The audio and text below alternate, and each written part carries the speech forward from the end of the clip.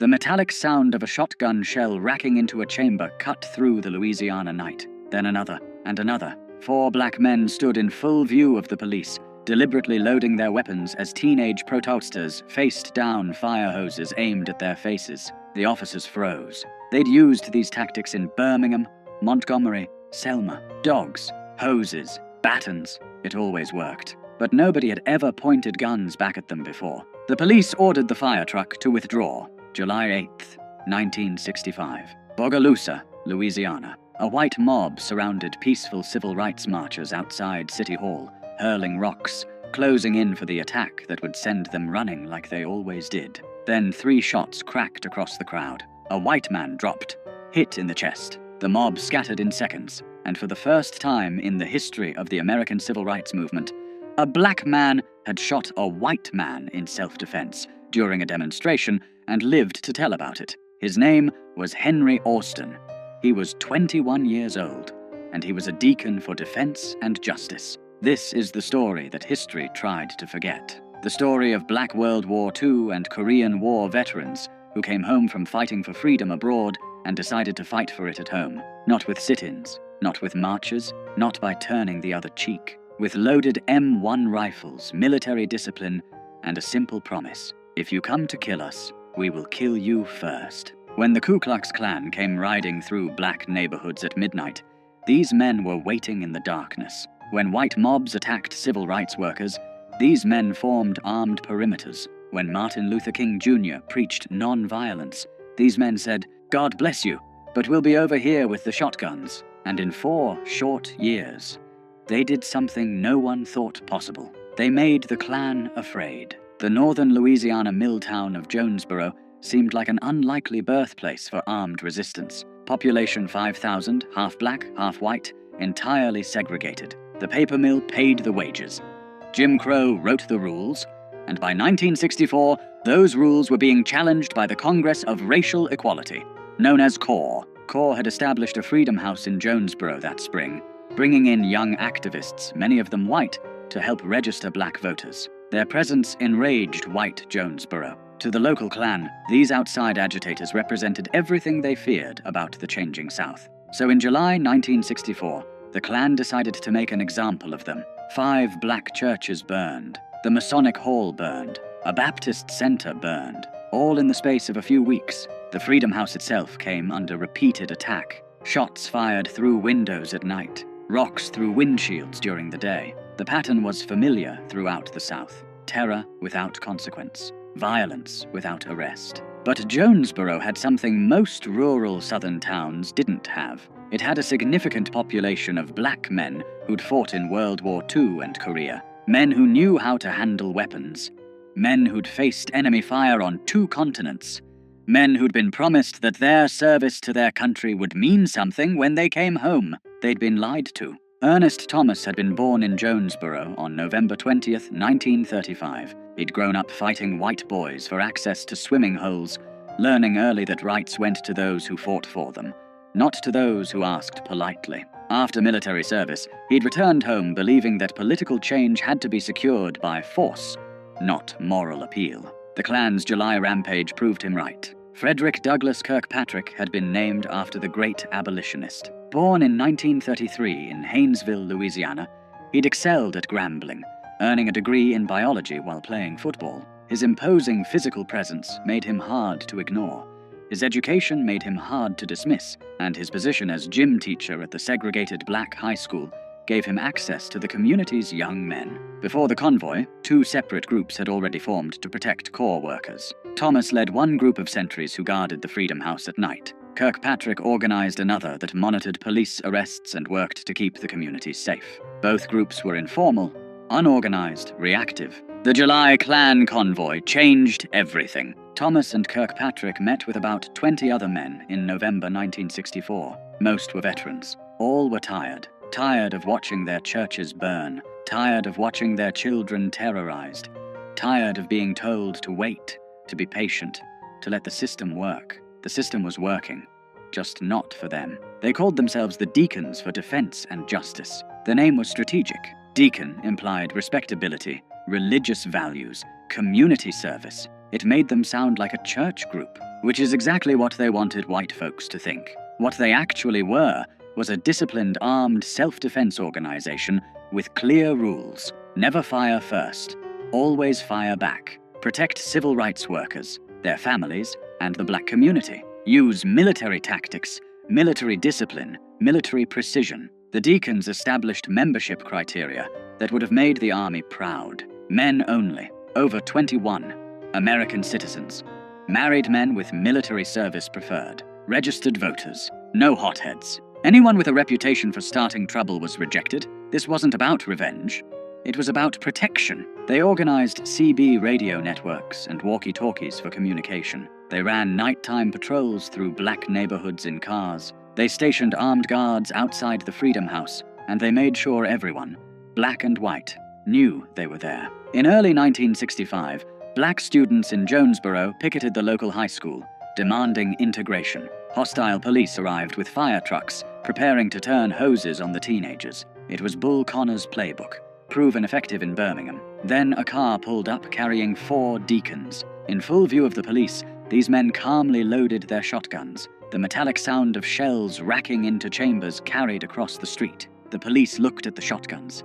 They looked at the men holding them, men who clearly knew how to use them, and they ordered the fire truck to withdraw. It was the first time in the 20th century that an armed black organization had successfully used weapons to defend a lawful protest against an attack by law enforcement. The students continued their protest, unmolested. Word spread about the men with guns, about the Klan backing down, about a new kind of resistance. Then corps workers in Jonesboro shared something remarkable. After the successful library integration, the Ku Klux Klan burned crosses in response, as they always did. But the Deacons wrote leaflets threatening to kill anyone who burned another cross. They had black housekeepers distribute these leaflets directly into white homes. The cross burnings stopped. In February 1965, Kirkpatrick and Thomas received an urgent message from Bogalusa, Louisiana, 300 miles to the southeast. Black activists there were under siege. They needed help.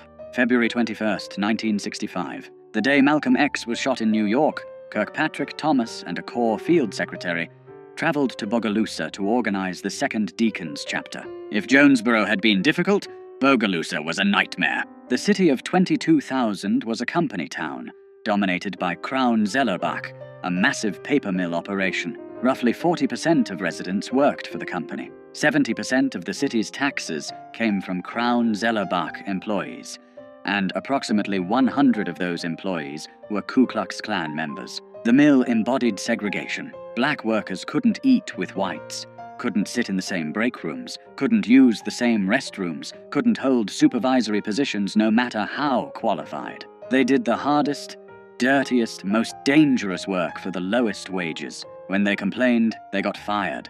When they organized, they got killed. In early 1965, Washington Parish hired its first black deputy sheriffs. Within weeks, both were targeted. One was Ambas, innated. The other barely survived an attack in the small town of Varnado, just north of Bogalusa. The killers were never apprehended. The message was clear. Black people in positions of authority would be removed by any means necessary. Into this environment stepped 3 men who would lead the Bogalusa Deacons: Robert Hicks, A.Z. Young, and Charles Sims. All worked at Crown Zellerbach. All had reached their breaking point. Charles Sims became the face of the Bogalusa Deacons. A World War II veteran, he was described by journalists as grizzled, intimidating, with beady eyes and a gap where 2 teeth should be. Jet magazine called him the man most feared by whites in Louisiana. When reporters asked if he'd ever been arrested for battery, Sims estimated about 20 times. When they asked, battery with what? He just held up his fists. But Sims's public persona as a tough guy masked something more important: tactical discipline. He understood that protection required deterrence, and deterrence required fear. If white segregationists believed the Deacons were more dangerous than they actually were, so much the better. The goal wasn't to fight.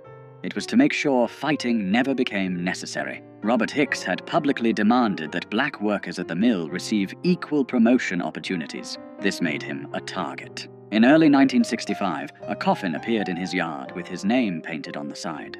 A burning cross accompanied it. The Klan's traditional calling card: stop your agitation or die. Hicks didn't stop. The deacons made sure he didn't have to. The Bogalusa chapter grew rapidly. Deacons established 24-hour armed guard rotations around Hicks's home and the homes of other activists. They patrolled black neighborhoods in vehicles equipped with CB radios. They created quick response teams that could be anywhere in the city within minutes. And they made one thing absolutely clear.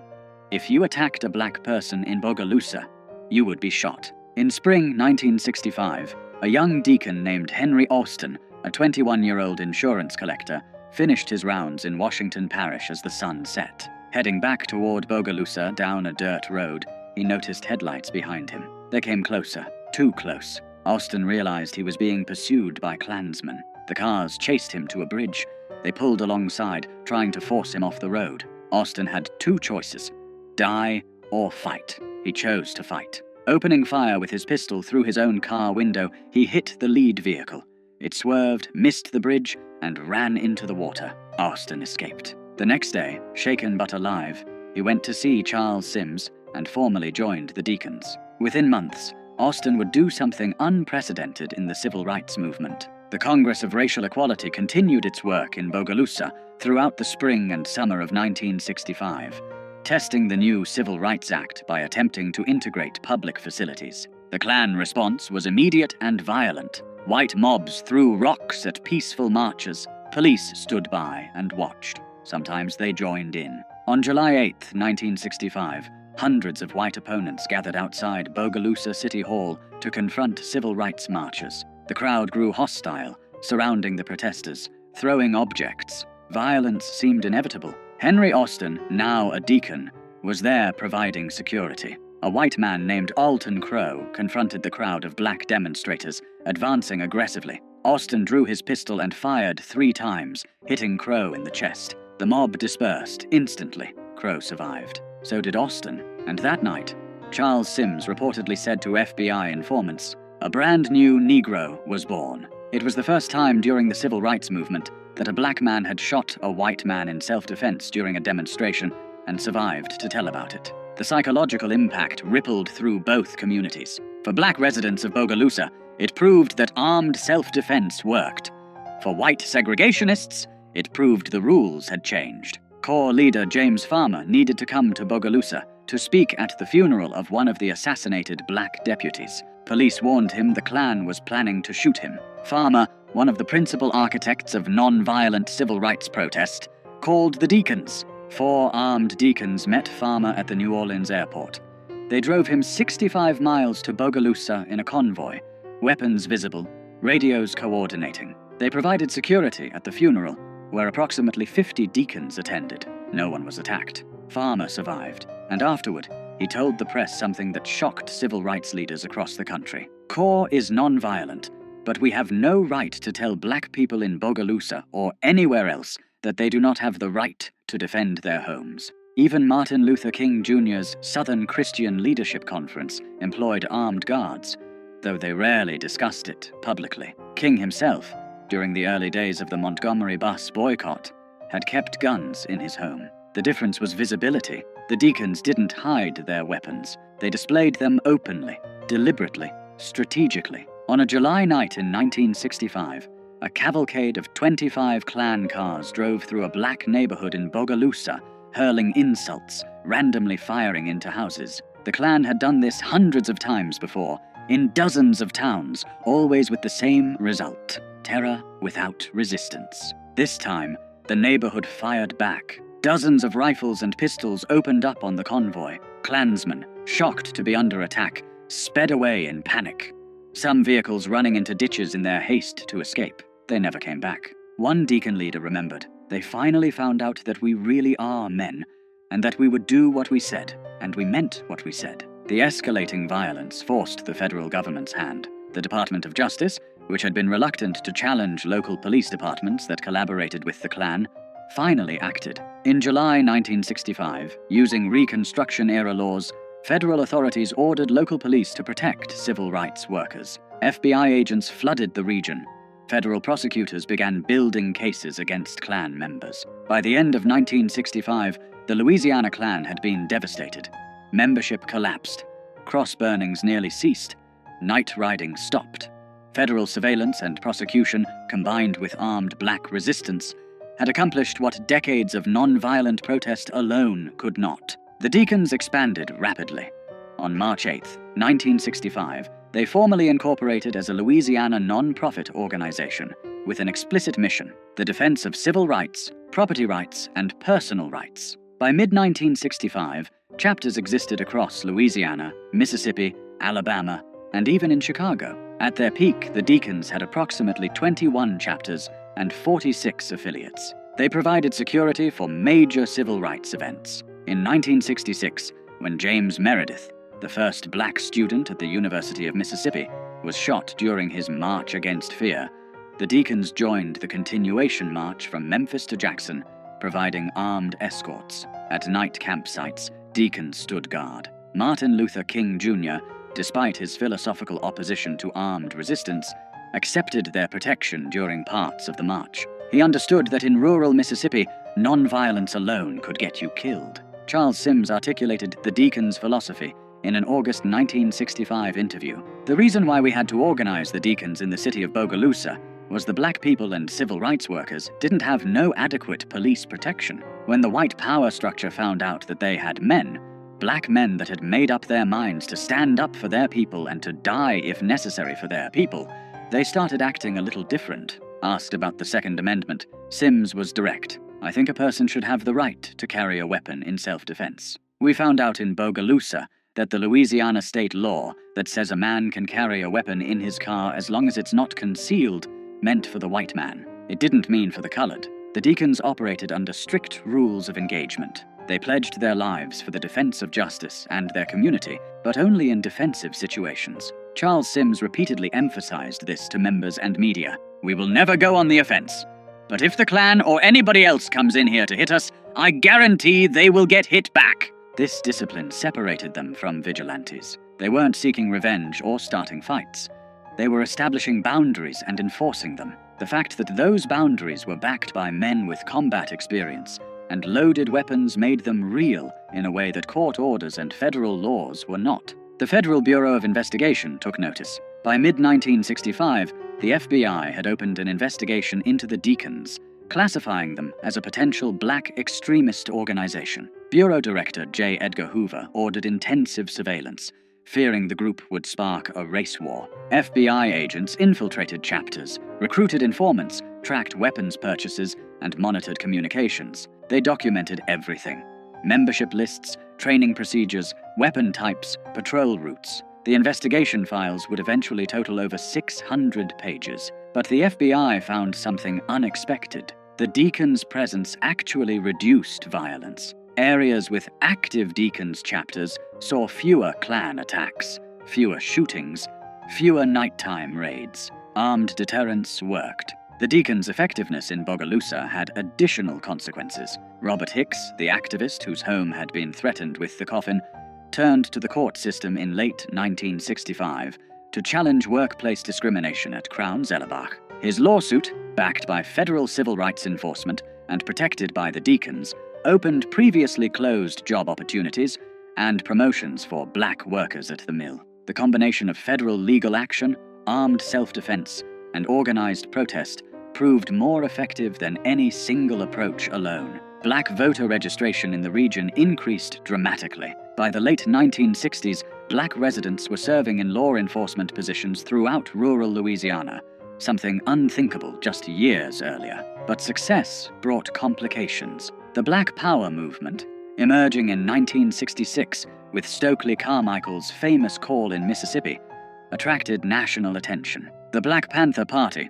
founded that same year in Oakland, California, adopted some of the Deacons' tactics but added revolutionary rhetoric that the Deacons had always avoided. Charles Sims rejected black power as a concept. "I don't want to live under black power," he said. "I don't want to live under white power. I want equal power, and that's what I push." He dismissed Carmichael as a show-off. "I don't see nothing they were doing to even be talking about no black power," Sims said. "The black power, we had it. In them 30 rounds of ammunition on a man's shoulder, we had the black power." The Deacons were apolitical except for civil rights and self-defense. They rejected attempts by black nationalists and white communists to recruit them to broader ideological causes. They were working men, veterans, family men. They weren't revolutionaries. They just wanted to protect their community and enforce their constitutional rights. As federal civil rights enforcement improved and the Voting Rights Act of 1965 began changing the political landscape,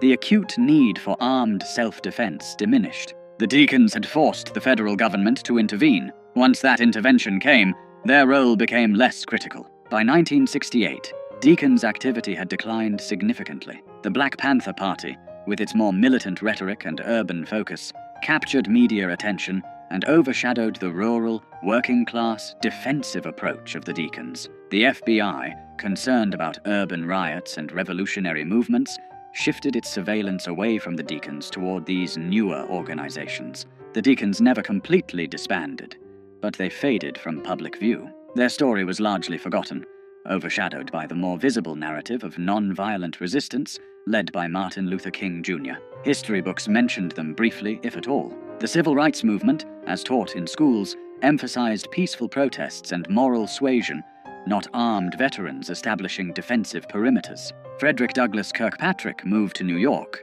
became a minister, and dedicated himself to teaching black history through music. He recorded several albums with Smithsonian Folkways, including songs honoring civil rights leaders and the Deacons themselves. He died in 1986. Charles Sims remained in Bogalusa, continuing to advocate for equal rights through legal means. Robert Hicks stayed active in the community until his death in 2010. His home was listed on the National Register of Historic Places in 2015, recognized as the birthplace of the Bogalusa Deacons chapter. Plans for a civil rights museum at the site continue. Ernest Thomas's later life remains less documented, but his role as co-founder ensured his place in the hidden history of armed resistance during the civil rights movement. In 2003, Showtime produced a television movie, Deacons for Defense, directed by Bill Duke and starring Forrest Whitaker and Ossie Davis. It brought the story to a new generation, though like all dramatizations, it simplified complex events. The Deacons' legacy raises uncomfortable questions about the civil rights movement's dominant narrative. For decades, the movement has been presented as a story of non-violent moral triumph over violent oppression. Martin Luther King Jr.'s philosophy of redemptive suffering through non-violence is taught as the strategy that won. But the Deacons tell a different story. They suggest that non-violent protest succeeded in part because it was backed by the implicit threat of armed resistance. They demonstrate that federal intervention often came not from moral appeals alone,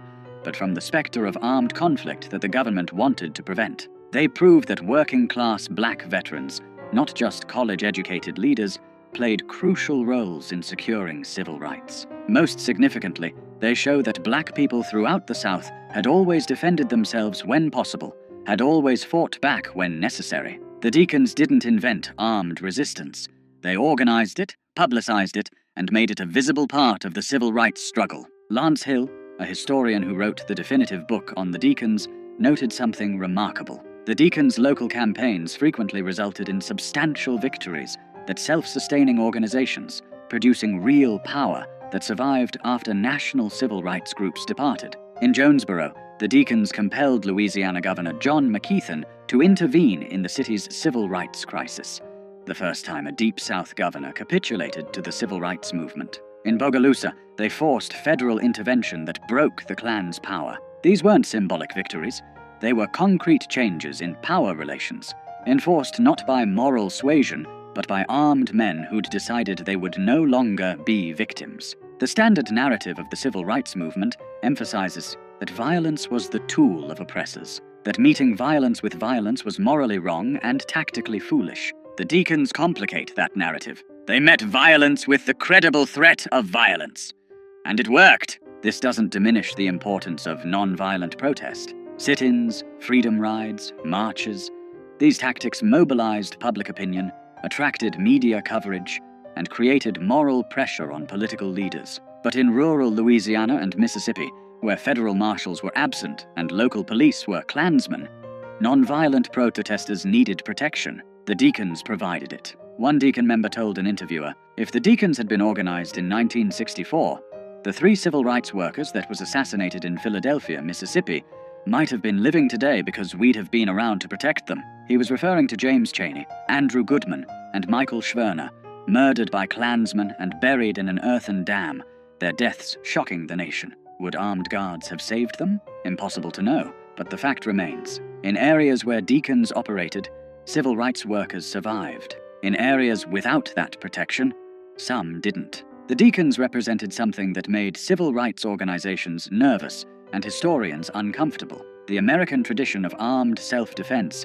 applied to black people. The Second Amendment, that constitutional right white Americans had always claimed, exercised by black veterans who'd earned it in combat. When Charles Sims said, "Let's back up the Constitution of the United States and say we can bear arms," he was claiming a right that had been systematically denied to black Americans since slavery. Armed black people threatened the entire structure of white supremacy, which depended on the threat of violence going only one direction. The deacons reversed that equation. They made violence bidirectional. They made the Klan afraid. And that fear, combined with federal action and non-violent protest, helped break Jim Crow's back in Louisiana. On July 8, 1965, when Henry Austin fired those 3 shots into Alton Crow's chest, he didn't just save himself and the protesters around him. He fired a shot heard across the South. The message, "Black people will defend themselves. The cost of racial terrorism has gone up. Calculate accordingly."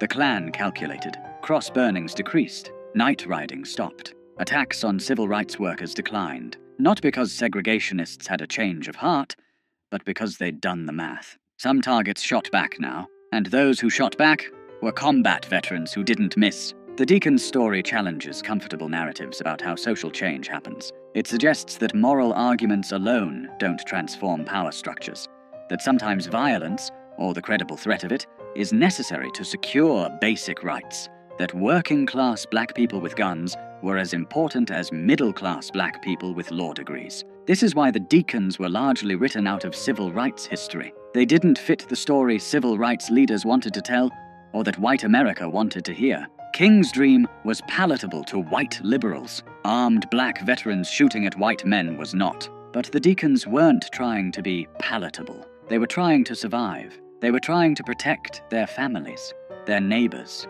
their communities. They were using skills learned in the service of their country to defend rights supposedly guaranteed by that country's constitution. Frederick Douglass Kirkpatrick, Charles Sims, Ernest Thomas, Robert Hicks, Henry Austin, and the hundreds of men who joined them weren't heroes in the traditional civil rights narrative. They were heroes in a different kind of story. A story about men who came home from war expecting to be treated as citizens, and finding that expectation betrayed, used their military training to demand what had been promised. They didn't defeat the Klan through moral superiority. They defeated them through superior firepower, superior tactics, and superior discipline. They turned the Klan's weapons against them. They made white supremacists calculate risk, and they proved that when black veterans decided to defend their community, even the Ku Klux Klan backed down. This was never just about guns. It was about dignity, about refusing to be victims, about saying to a system built on black subjugation, "We will not go quietly. We will not beg. We will not wait for your permission. We fought for this country. We are citizens, and we will defend ourselves." Charles Sims, grizzled and gap-toothed, standing in Bogalusa with a rifle across his lap, represented something white supremacy couldn't survive. A black man who refused to be afraid. Multiply that man by hundreds, arm them with military training and modern weapons, organize them with military discipline, and you have what the deacons for defense and justice actually were. Not a revolutionary army, not black nationalists, just American veterans exercising their constitutional rights. When the shooting finally stopped, when the Klan retreated, when federal law enforcement finally arrived to do its job, the deacons had accomplished something historians still struggle to fully acknowledge. They had protected their community through armed resistance, forced government intervention through the threat of escalating violence, and proved that sometimes the only effective response to terror is the credible promise of retaliation. In Jonesboro, Louisiana, in November 1964, when Ernest Thomas and Frederick Douglass Kirkpatrick called that first meeting of combat veterans, they weren't starting a revolution. They were finishing one. The revolution begun by black soldiers who fought in 2 world wars, came home to Jim Crow and decided they'd fought their last war for other people's freedom. This time, they'd fight for their own. The Deacons for Defense and Justice existed for less than 4 years as an active organization. But in that time, they changed the calculation of racial violence in the Deep South. They proved that black communities could defend themselves. They forced the federal government to intervene. And they demonstrated that the Second Amendment applied to black veterans too, whether white supremacists liked it or not. When history remembers the civil rights movement, it remembers the marches, the sit-ins, the speeches, the songs. It should also remember the sound of shotguns racking rounds into chambers, the sight of combat veterans standing guard, and the moment the Ku Klux Klan realized that this time someone would shoot back.